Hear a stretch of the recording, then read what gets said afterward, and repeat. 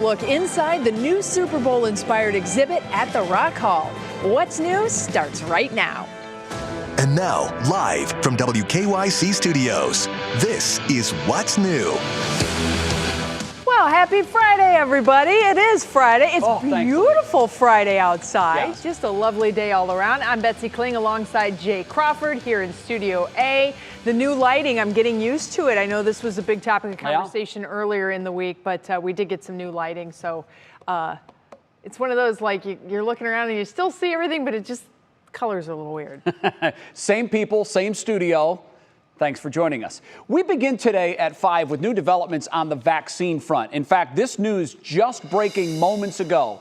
The CDC now has recommended that the Johnson & Johnson vaccine, which you'll remember was pulled off the market as a precautionary measure just a couple of weeks ago because there was a very small percentage of people that were developing very dangerous blood clots. They have now recommended to continue giving the vaccine. What this means for us? Well, to sort it all out, we do as we always do with these such items. We bring in senior health correspondent Monica Robbins. And Monica, this is fresh off the press, literally broke about 2 minutes ago. So I know that you're just getting an opportunity to look at the details as well.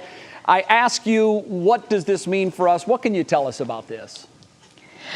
Well, Jay, honestly, I spent most of the day listening to the ACIP CDC meeting, and it wasn't surprising that they would decide to start up the vaccine. They voted 10-4 to decide to resume the vaccine, but they advised that there will be a warning about those blood clots, thrombosis and thrombocytopenia syndrome, which is called TTS. So there is going to be an added warning about the increased risk of those very rare but severe blood clots. And also, this group's recommendation is not binding. It now goes to CDC Director Dr. Rochelle Walensky, who will decide whether to formally accept it. It's likely she will. She'll probably make that decision very quickly, likely within the next hour or two, is what we've seen in the past that it's going to happen. However, what is unclear is when the shots will resume.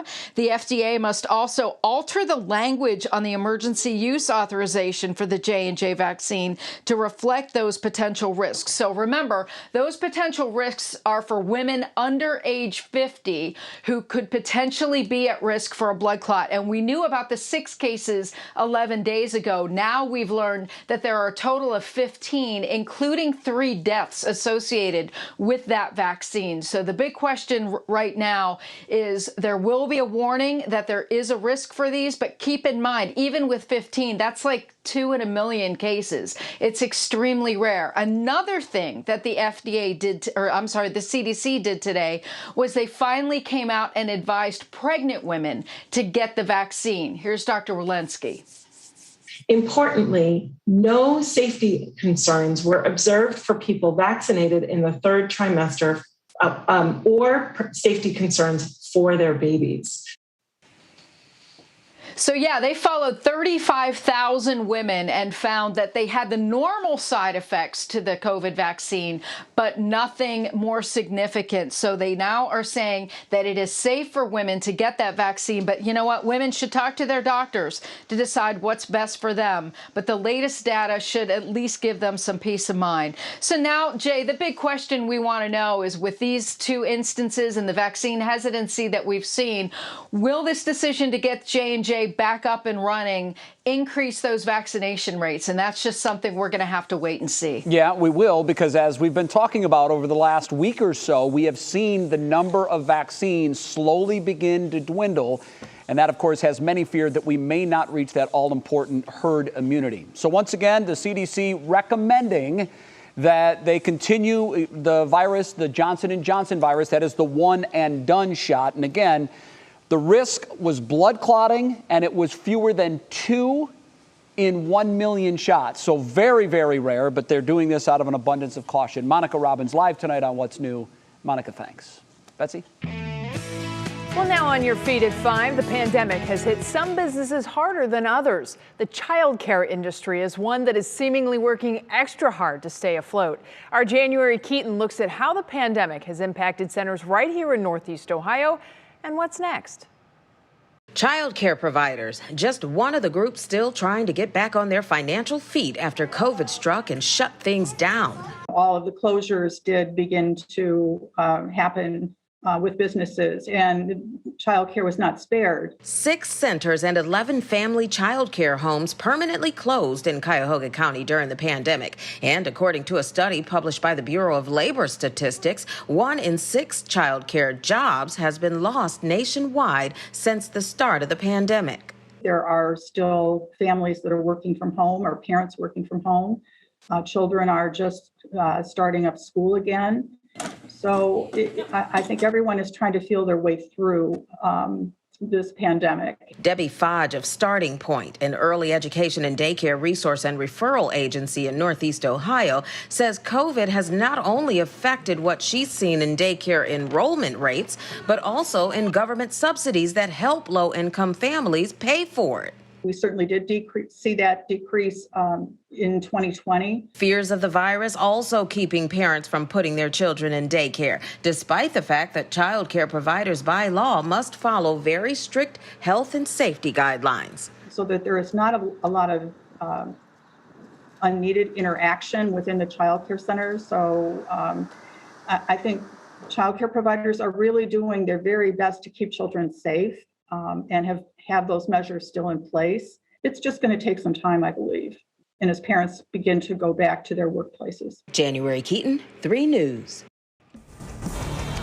Well, we have good news tonight for Browns fans. Baker Mayfield will be the quarterback of your Cleveland Browns at least for 2 more seasons through the 2022 campaign. That news coming today as the Browns have picked up the 5th year on his deal. That was an option year. Remember, he signed that 4-year deal originally with that 5th-year option, and why not pick it up? Mayfield had his best season as a pro last year, leading the Browns to their first trip to the playoffs since 2002.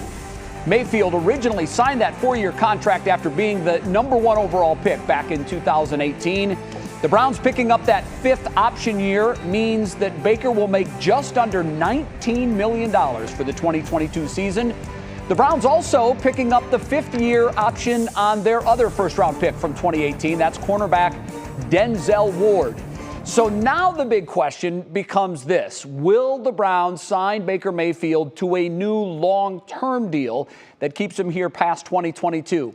Betsy, Browns GM Andrew Berry was asked that very question today when he was talking on his pre-draft news conference, and he said, and most GMs will do this isn't the appropriate setting to discuss that. So we're going to have to wait and see, but I would guess that the Browns very much are interested in signing Baker to a long-term deal. Jay, I have a question for you, and I can't even fathom the answer right now. When was the last time we extended a prime quarterback? I can't remember because, as you know, it's been so long since we've had a good quarterback that has actually deserved a second contract. Yeah. So we can look into it, but off the top of my head, I would say it's been over 20 years. I'm just gobsmacked and excited. I know. Well, we finally got one that's good. Right? You know? So you keep them. Exactly. And, you know, that brings up the draft. Of course, everybody's got draft on their brain here in Cleveland and beyond. And the Browns may not have the #1 draft pick this year, but since Baker and Denzel will be sticking around, we're going to be just fine. And, you know, the draft is taking place very soon, 7 days from now. As a matter of fact, and here's a look at the crews working on the main stage for the draft at North Coast Harbor. It's 6 days, isn't it? Because it starts Thursday. Yeah, it does. Thursday, Friday, Saturday. Yeah. This time it will be complete, and by this time next week it'll be complete. Fans are going to be downtown enjoying the sights and sounds of the NFL draft. Will they be enjoying the weather? Well, that's another question. We'll have Matt Standridge coming along in just a couple minutes. But, you know, that is not the only spot that is in celebration mode right now. Yeah, Bets, I love this idea. The Rock and Roll Hall of Fame really came up with a smart idea. They're opening a new exhibit that celebrates Super Bowl halftime shows. Our Will Ewick live there now. Will, good afternoon to you. So show us what we can expect to see when we go in to see this display. What do they have? Yeah, Jay, let me first start off with saying I'm not yelling at you, I'm yelling with you. When they call this place the Rock Hall, they're not kidding. It is rocking in here right now. in the biggest show on turf exhibit. 55 years of Super Bowl halftime shows. They have everything. So you think of some of the viral moments, like Katy Perry's Left Shark. If you remember, that shark was the one that was out of sync back in 2015. Let's scroll over and take a look at Joey Kramer's drum. Aerosmith. This was the first time they allowed fans on the field during a Super Bowl halftime show. A very iconic moment over here. Prince's outfit when he was singing Purple Rain in the midst of a downpour of rain. They even have some of the behind the scenes stuff, like straps where they mark things. Over to the blueprints. We got to keep walking because we don't have a lot of time. Over here to Bono's jacket, where he had the American flag on the inside. The first Super Bowl performance after 9/11. We have Lady Gaga's costume that was shot out of a cannon, and all of this saw by millions of people. The Super Bowl is the most watched television broadcast of the entire year. And more people watch the halftime show than watch the game. That's the story we tell here. And when I say 55 years, I mean it all the way up to the most recent Super Bowl halftime show. If you remember the Infinity Room from the weekend, they even have that. It's the largest artifact in the entire exhibit right here with the mirrors and all the lights. Again, this opened Jay and Betsy today and goes all the way through September, really showcasing the perfect marriage of music and football. That infinity mirror thing is just as nauseating the second time as it is the first time. Don't move too much, looks better, please. though, in there than the weekend. Are you getting a little tripped out? Hey, Will, I've got a question for you. When you were talking, I was asking Betsy. To me, one of the most iconic and controversial moments in the history of halftime shows was the Janet Jackson famous, infamous wardrobe malfunction. Do they even address that? Because I know the league kind of pushed away that controversy. I can confirm that Janet Jackson is not here today. I don't know if there's anything else. I didn't get to go all the way through it. There's a lot of different things, but I did not see anything about the Janet Jackson halftime show. Interesting. I wouldn't be surprised if it was left out because that was kind of a black eye. The NFL didn't like that moment at all. You remember Justin Timberlake? Google it, kids, if you didn't see it. Hey, Will, thanks. That's great. We love it. Thanks, man. Thank you so much. Mission and liftoff. Godspeed, Endeavour, and Crew 2.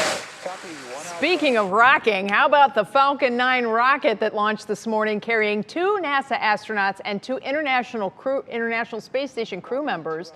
They're going to arrive at the International Space Station tomorrow morning. The crew will spend 6 months working on the Artemis project, which you've heard a lot about here on Channel 3. That's NASA's plan to return to the moon in the next 3 years and then eventually establish a lunar base camp and an orbiting lunar outpost that will then become a gateway for human deep space travel. I know it sounds so crazy, right? Every time we start talking about a lunar outpost and then a floating base around the moon, but the craziest thing is everything is actually in the works right now. They are working on all of these various projects. And of course, getting back and forth all those supplies is a big deal. So this was the first mission to reuse a SpaceX rocket and capsule that already flew to the ISS. That is a huge bundle of money that they are saving. Yeah, I mean, it really, when space exploration went private, they found a way to do it more economically than the government did. And it's a little bit like how UPS kind of came in and filled the void for the United States Postal Service. When you have to be accountable for every nickel, you find a way to do things more efficiently, and that's exactly what's happened with space travel. It's fun to watch. Yep, contract it out. Yep, absolutely. All right, next on What's New, tools of the trade. So you're thinking about doing some DIY projects. Many of us have used the pandemic to do just that. We're going to tell you everything you need to get started, no matter the project. Plus, making it to the big screen. Details on one local company helping filmmakers everywhere. And Matt Standridge is in to tell us about the weekend weather. Hello there, Matt. Hey, Jay. This weekend we got a couple showers, but this evening, no showers out there. You're looking live over downtown. Got some great sunshine out there, and because temperatures are a little bit warmer, we can finally talk about the outdoor dining forecast. You're probably a go this evening, especially if you've got a heat lamp. Maybe it just helps take the edge off, right? We'll still be in the upper 50s, so it's still kind of cool, but the weather's nice. Get out there and enjoy it. Most of us are sitting in those 50s and 60s. We're going to have your complete forecast for you coming up.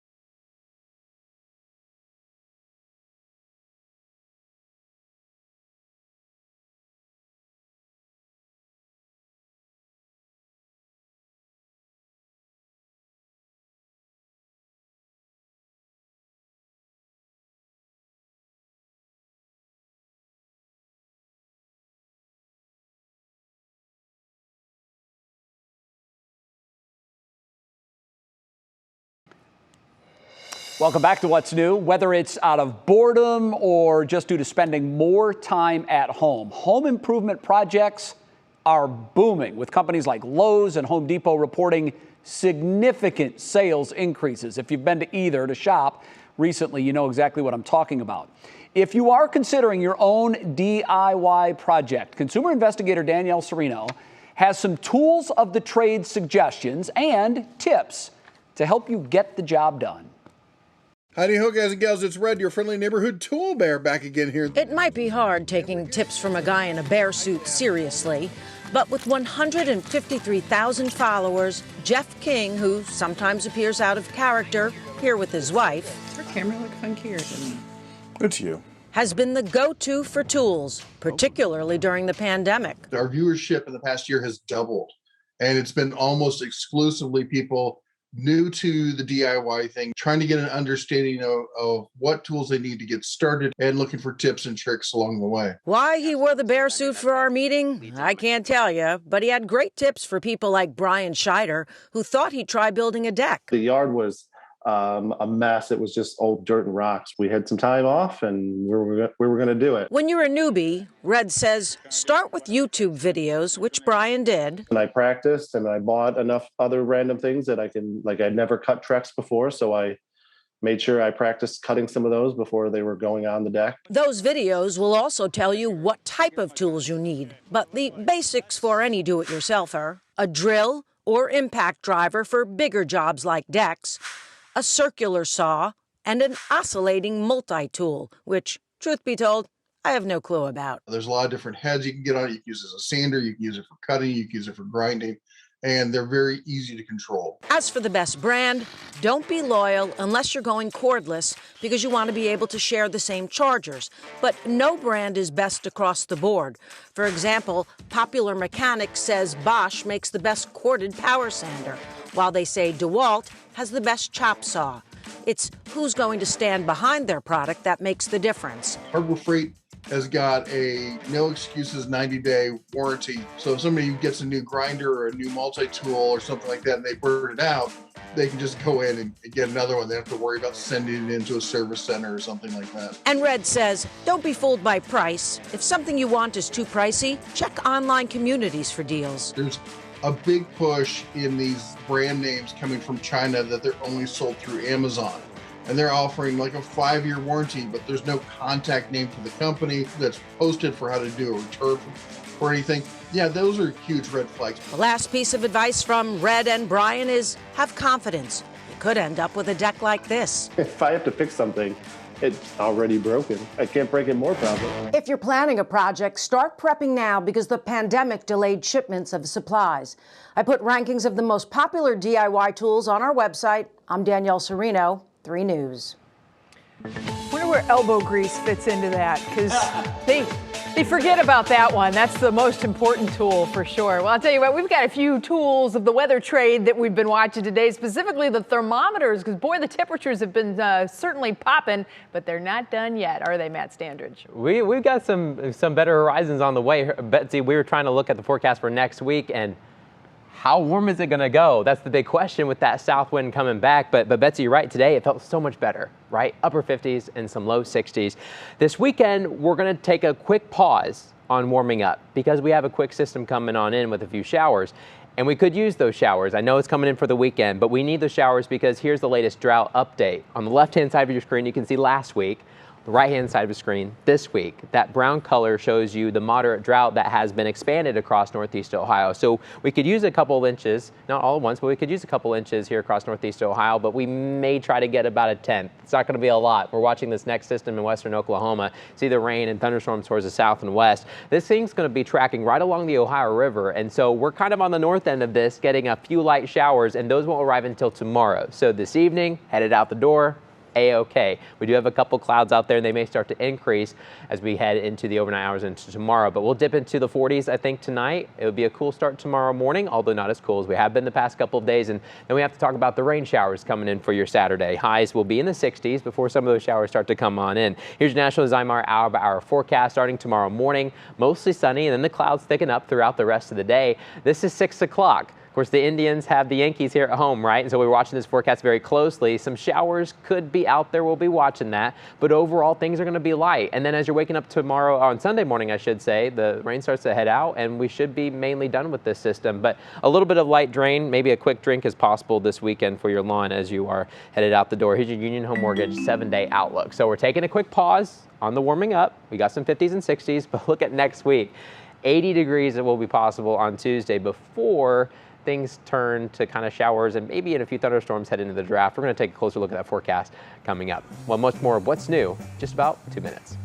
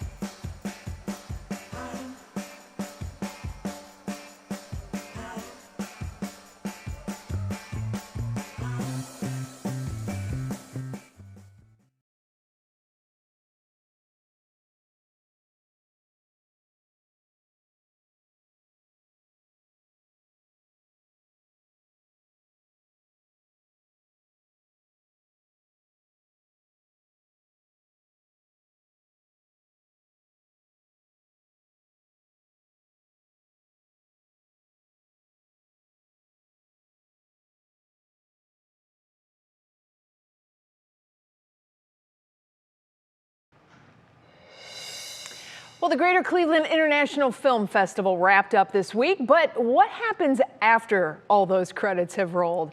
That's where film distributors like Gravitas Ventures come in. Our Kiara Cotton has details on how the local company is helping the city leave its mark on the entertainment industry.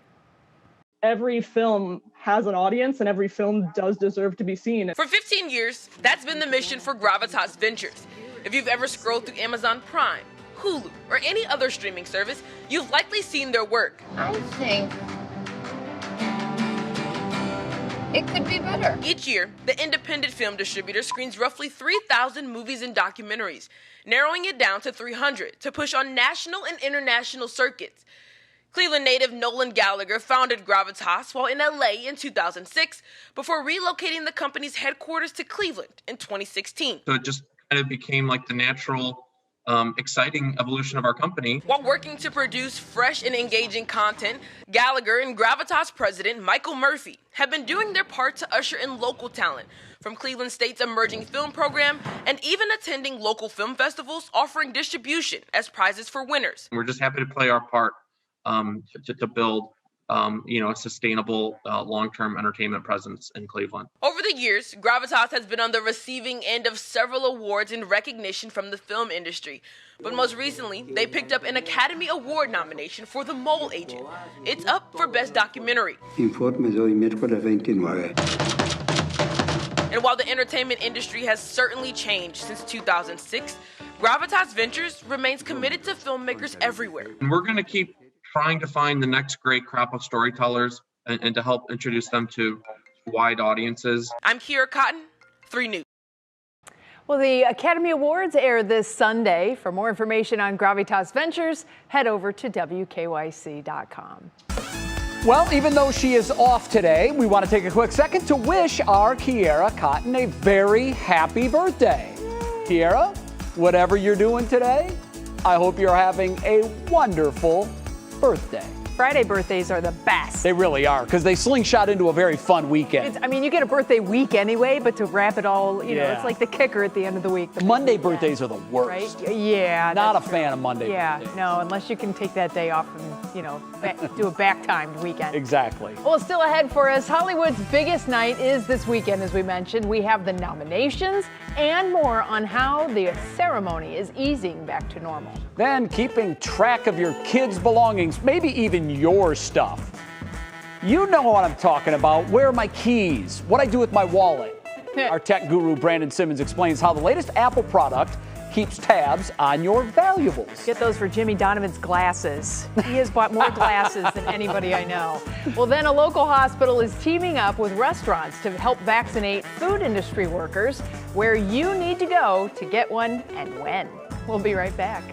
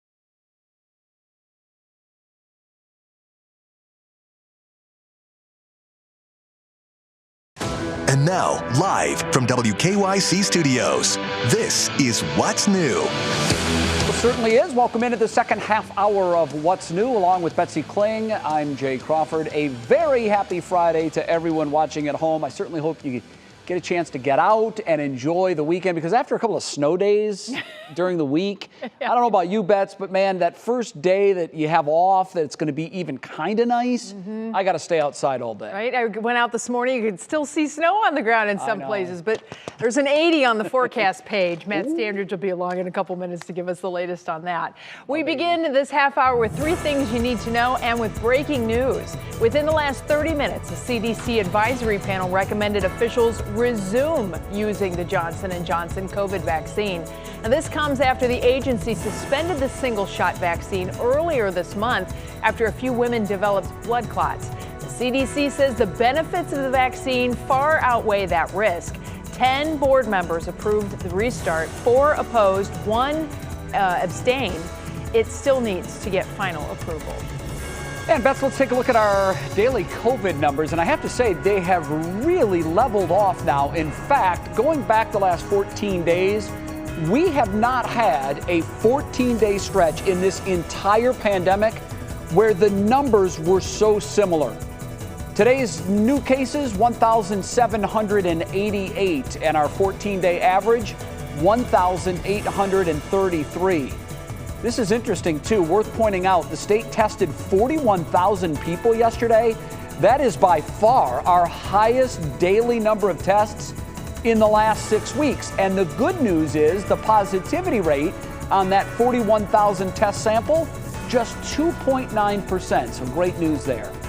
Also, our cases per 100,000 now down to 185. And we've eclipsed the 4.5 million first doses of the vaccine. We did that with the 31,000 additional single shots being administered yesterday. By week's end, we should be very close to 40% vaccinated statewide. I got my second shot yesterday. Yay! Well, starting Tuesday, walk-in appointments will be available at the Wolstein Center. That's according to the National Guard. Anyone who wants to walk in for a vaccine must do so between 8 a.m. and 7 p.m. Now, keep in mind, the organizers would still ask and recommend that you sign up online. Well, the 93rd Academy Awards will finally take place this weekend. I'm sure you've heard the awards show pushed back a little bit because of the pandemic. It will light up Hollywood, though, Sunday after being delayed by 2 months. In the last year, we have seen these big award shows, Betsy, go from lavish, packed galas to nearly all virtual ceremonies with nominees accepting their awards remotely. Well, there is some good news because with COVID cases dropping dramatically in Southern California, the Academy Awards will be returning to the tradition of having all the nominees showing up in person somewhere for the show to see who takes home Oscar gold. NBC's Natalie Morales shares what's new and who's up for big awards. It's Hollywood's biggest night, and like the rest of us, the Oscars are easing back to normal. Unlike other award shows this year, no zooming in from home. Most Oscar nominees will appear in person with appropriate safety measures at the show's new location, the historic Union Station in Los Angeles. Nominees unable to attend will appear via satellite from locations around the world. As in recent past, there'll be no host. Instead, a cast of A-list presenters will carry the show.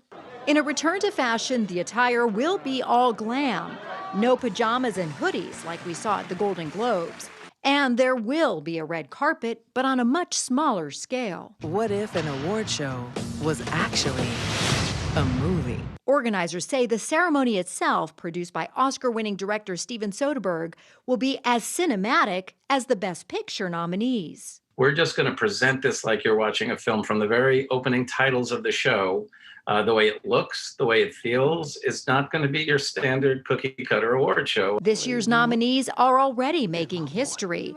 In the wake of 2015's Oscars So White controversy, nearly half of the actor nominees are people of color, the most diverse group ever. Anywhere there's people, there's power. Including favorites like Daniel Kaluuya for Best Supporting Actor in Judas and the Black Messiah, Yoo Jung-yoon for Best Supporting Actress in Minari, and the late Chadwick Boseman for Best Actor in Ma Rainey's Black Bottom. That's to get the people's attention. Another Oscar first. 2 women are nominated for Best Director.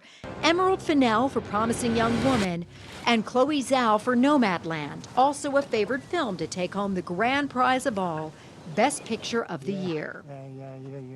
Well, Jay, it's going to be interesting to see how the show does with viewers because award shows have not been doing so great lately. This year's Golden Globes dropped more than 60%. It went from 18.3 million viewers in 2020 to 6.9 million this year.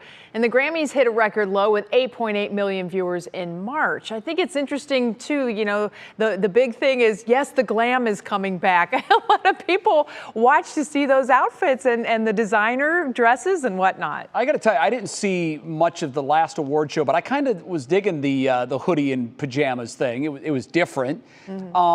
It's interesting when you look at these shows because it's been happening across the board with all of the award shows. The music industry, particularly the movie industries. These award shows have gone down every single year the last couple of years. And when you think about this year, like who's gone to a movie theater, Betsy, to see a movie in the last year and a half? And I don't know about you, but when I don't see a lot of the nominated films or the performances that are nominated for the individual awards, I don't have a dog in the race, and I don't care much who wins, and therefore a lot of people don't watch. Also, another big theory as to why these numbers have been down so dramatically, like everything else, political blowback. We've been so divided in our country. Remember, half the country is red. Hollywood is about as deep blue as you can possibly find, and many have just said, I'm not watching, I'm not supporting their films, I'm not watching their award shows. That's one of the theories as to why these shows have been so down in viewership. I think a lot of folks are just kind of waiting to get back to normal. Hollywood waiting to get back to normal just the same. For sure. All right, still ahead, finding that lost wallet. Come on, guys, admit it. It's happened to you. Or maybe your backpack or your keys. Well, how the new Apple AirTags help to eliminate that problem and track down any item that you might be looking for. And it is all the hustle and bustle in downtown Cleveland. We will have more about the NFL draft that's coming to town next week. We have the scoop on how you can get in on the fun, even if you can't make it downtown. We'll be right back.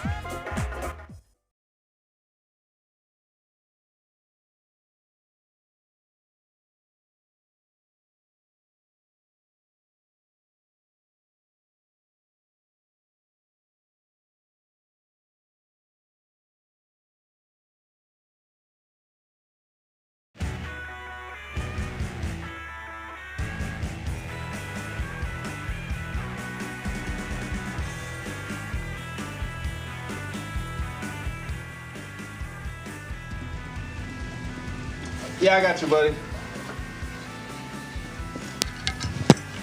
I got you. I'm here. Check 1, 2, 3, 4, 5. Brandon's microphone. We're talking about AirTags. AirTags are Apple's latest product line, helping you. Thanks, buddy.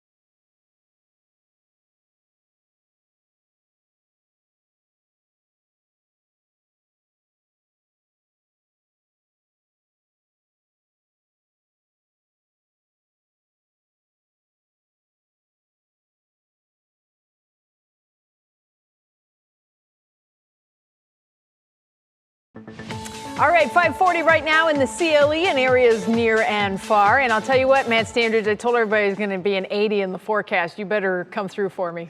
Now we have to do it. Now we don't have a choice. Hey, Betsy, today was even a nice day compared to where we have been the past couple of days. We finally got into some 60s and some upper 50s. It was one of those days I was putting some weather numbers together and I sat outside, and when the sun was out, felt great. Took my sweatshirt off, but then the clouds kind of come back over. Got to put the sweatshirt back on. It's one of those days where the sun really makes a big difference. But this evening, if you are headed out, no rain to worry about. It's comfortable, 50s and 60s, so not too bad to wrap up this week after kind of the snow we had earlier this week. But we are watching our next system. It always comes one after another. It's in western Oklahoma right now. They got some showers and thunderstorms going on. But this rain will start to slowly move towards the Ohio River. But the center of this storm will probably track just towards our south. That's where the heaviest rain will be as well. So we're just going to be talking about a few light rain showers starting tomorrow afternoon and going into a little bit on your Sunday morning, early Sunday morning. So this evening, I think we're dry. We do have a couple high passing clouds. I think we're going to have a great sunset across northeast Ohio. You can see the temperatures as you're headed out the door this evening. Lots of 50s and some low 60s out there, so not too bad at all. Now, as you head into tomorrow, we're going to be just a touch warmer before some of that light rain starts to push on through. Here's that rain timeline. So you're trying to plan out your weekend, trying to figure out when are the best spots maybe to mow the lawn, head outside. I think tomorrow morning we'll start with some sunshine. It's tomorrow afternoon that we'll start to watch some of these showers come in from the south and west, and they're going to be scattered. Not everyone's going to get the same amount of rain. A lot of us may just get a couple raindrops. We'll be watching that closely though for you for your Saturday evening. The peak of the rain comes in overnight, and then we taper off into Sunday morning. The rest of Sunday should be pretty nice, just maybe a bit on the cool side. Here's your National Zymar hour-by-hour forecast. This is tomorrow morning. Some clouds starting to build on through. By the afternoon, we'll start to hit those low 60s, and then some of the rain moves on through. But notice how it's pretty light. It's scattered. And as you're waking up Sunday morning, a lot of it's going to be out of here. Yeah, there could be a stray raindrop, but we'll be improving for the rest of the day. Here's your Union Home Mortgage 7-day outlook. Guys, we are on a big warming trend. We're just kind of taking a pause this weekend, thanks to a few of those showers. And then, Betsy, there's that 80, like we were talking about. It'll be here coming in for Tuesday, but next week's going to be a lot warmer. In fact, when it felt like winter a couple days ago, Jay, I'm kind of looking at the timeline of our newscast, and you almost needed an AirTag to find where spring was, but I think we've got spring coming back finally with that warmer weather next week. Yes, I believe your forecast has found spring once again, and we can't wait till it returns. All right, speaking of AirTags, so do you have a hard time keeping tabs of your things? Where are my keys? What I do with my wallet? When did I have it last? It's happened to me about 1,000 times. Probably that's an underestimate. Well, Apple has a brand new solution. It is called AirTags, and they are available for pre-order today. So it's a little device that puts every iPhone in the world to work in order to find your lost item. How does it work? I'm glad you asked. Here's Brandon Simmons. Earlier this week, Apple announced a host of upgrades to its products, including iMacs, iPads, and the Apple TV. Mixed in with those updates was something new to Apple at least. It's called AirTag. Its sole purpose? The next time the couch eats your keys, AirTag will help find them. AirTag uses the Find My network so iPhone can help you keep track of and find your things. You attach it to items like keys, a wallet, purse, umbrella, you name it. Using Bluetooth and the Find My app, your iPhone can guide you toward an AirTag if that item is lost. Apple isn't the first company to make a device like this. Tile has been on the market for years with similar products. What makes this different is what happens when you're not near your lost item. Find My includes a vast end-to-end encrypted and anonymous network approaching 1 billion Apple devices. What that means is if your lost AirTag is near any iPhone, even a stranger's, you'll get an alert with its location without the stranger knowing a thing. It all just happens, which brings up privacy concerns that Apple tries to address. AirTag is designed to track items, not people. So we included safety features to discourage unwanted tracking. If an AirTag that's not yours follows you for too long without its owner nearby, your phone will let you know. And if you don't have an iPhone, the AirTag will play a sound after a few days. An AirTag will set you back $29, and there are already several accessories to help you attach AirTags to your favorite things. Not too bad if you're prone to losing stuff. All right, Jay, now AirTags went on sale this morning and are expected to ship a week from today on April 30th. Like most Apple products on day one, shipping times are already being pushed back due to demand, and a bunch of accessories are selling quickly too. All right, what if you have an Android? Can you use it with an Android? Yeah, well, not really, because they require an iOS device to set them up. However, Android devices can be used to find out who owns something that's lost. So if you just hold your phone up to a lost AirTag, for instance, like you would do if you were paying for something in the store, a link will pop up on the screen with the owner's information, assuming they put that AirTag into lost mode. So that works on Android and iPhone if you do lose something, All right. Jay. Just another reminder, Brandon, it's Apple's world. We're all living in it. And by the way, if you're not an Apple user, let me suggest a product called Tile. They've been out for 8 to 10 years. I have one. It's cool. It looks like a credit card. You put it in your wallet, and it pings whenever you can't find it. It takes you right to it. So if you're not an Apple user, try Tile. Brandon, thanks. We appreciate it. Slip one of those into the kids' pockets when you go to Cedar Point. That's a Don't great you walk idea. away from me. No, I will find you. That's a great idea. Well, next we'll tell you which local restaurants are partnering with Metro Health to get people in the food industry vaccinated against COVID. That's when we return.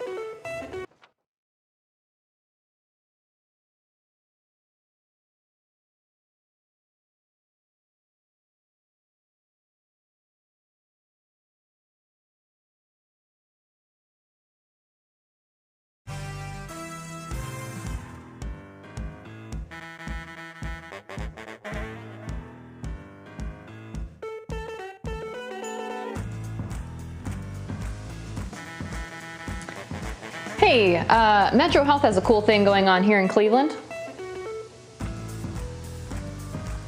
Cool. The first is next week.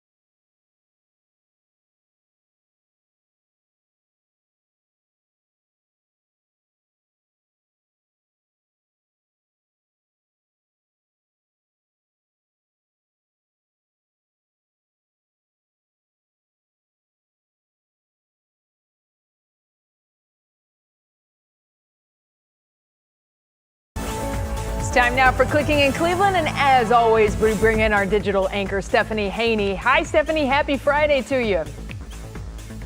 Happy Friday to you, Betsy. You know, we have a cool story about what Metro Health is doing with restaurants here in Cleveland. They're partnering on COVID-19 vaccine pop-up clinics specifically for restaurant workers. The first one is next week at Fahrenheit Cleveland in Tremont. It's on Professor Avenue, and that's Monday, April 26th from noon to 4 p.m. Restaurant workers ages 16 and up can walk in and get a COVID-19 vaccine there. And then the following week, Metro Health is doing the same thing with the Flying Fig in Ohio City. Also on a Monday, on May 3rd, during the same time, noon to 4 p.m., restaurant workers can stop in on Market Avenue and get a vaccine. Now they're using the Pfizer vaccine, and again, it is walk-in, no appointment needed. Okay, now we are 6 days out from the NFL draft here in Cleveland, and we have your ultimate draft HQ up on WKYC.com. Now, this guide has everything. where to park, what to see, what you can and can't bring, plus everything you need to know about our coverage on every single platform that's leading up to the kickoff on Thursday and through the weekend. You can find that at wkyc.com/draft. Betsy, super easy. Now I have to share with you my favorite piece of draft news from today. There's a report today, NFL Commissioner Roger Goodell, fully vaccinated. He can hug the players, if they agree with it, of course, but I have never been so excited to see strangers potentially hugging. I cannot wait for it. I know, it's like, oh, wait, they're touching. They're not allowed to do that. I wonder if he's going to have a little badge on that says, I've been vaccinated. I don't know, I kind of feel like we're hitting that right. level. All right, Stephanie, thanks so much. Have a great weekend. Well, still ahead on what's new. It has been a tough year. We all know that. So we want to share your happy milestones. From reunions to anniversaries, we're sharing your good news in Show Us Something Good, and it's next.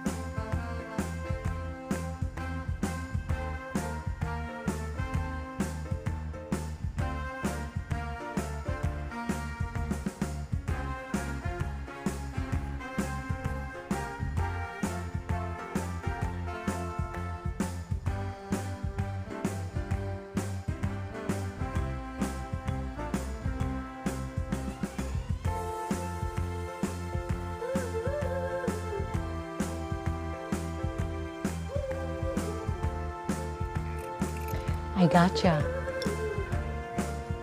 I can, what's that?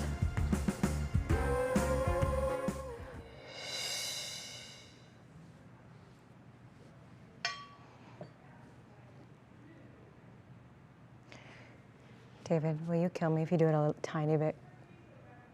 Yeah, that's perfect. All that stuff, it's just like so much stuff.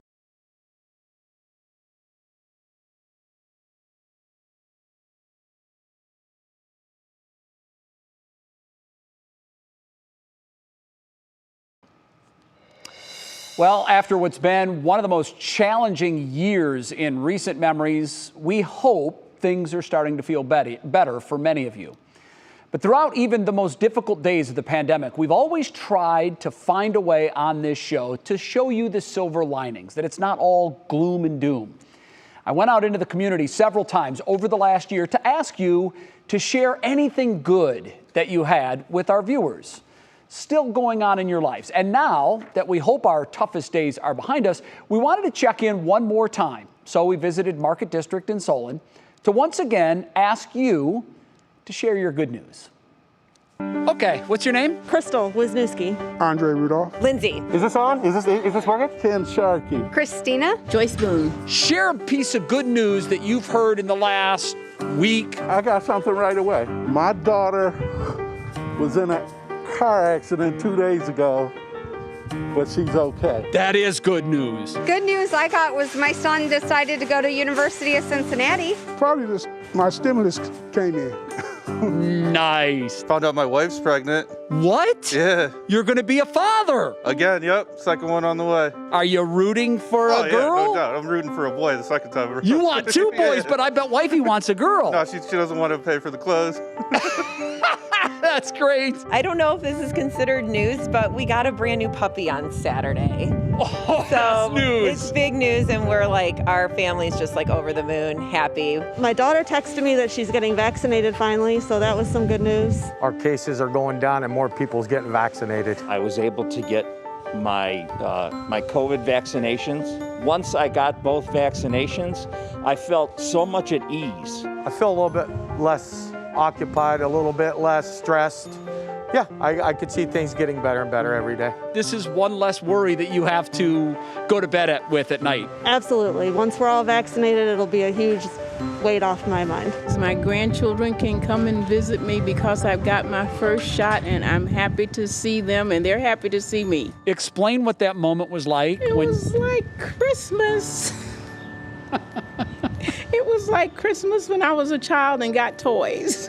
Wow, and I imagine that it was just as exciting for them. Oh, the hugs and kisses were special. I've lost two close relatives. I lost my mom and my brother. I'm sorry. And I was their primary caregiver. And I'm doing this today for my sister. So I was being overworked because I've got family members who are in need of assistance, and family is the only people they have to turn to. So I gotta ask you about the flowers in your basket, Ken. Who are they for? Who's the lucky person? 33 years in November. What's your secret, Ken? Listen, God gave you 2 ears and 1 mouth, so you listen twice as much as you talk. It's wife's birthday today, so I'm trying to, that might be a little bit of good news. Yeah, I'm trying to get the lamb chops on the grill. It's a lot, man. You're making me hungry, Chris. Yeah. You're making me hungry. When we were locked up, I was happy because I was with my wife. I've been married for 57 years. We are here to see another day. We are all here to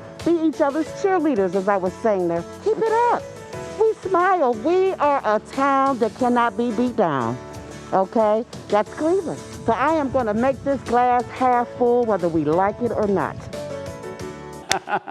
She was one of my favorites. So, Bets, I did this 4 or 5 times over the last 12, 14 months.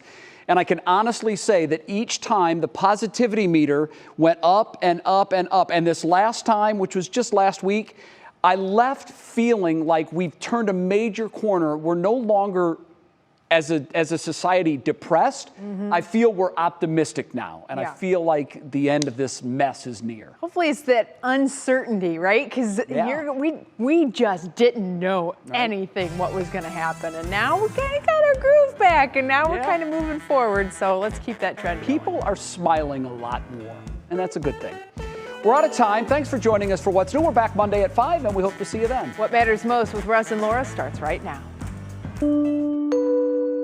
Now at 6, ready for use. The CDC votes to lift the pause on the Johnson & Johnson vaccine. Monica Robbins will be here with the latest on this developing story.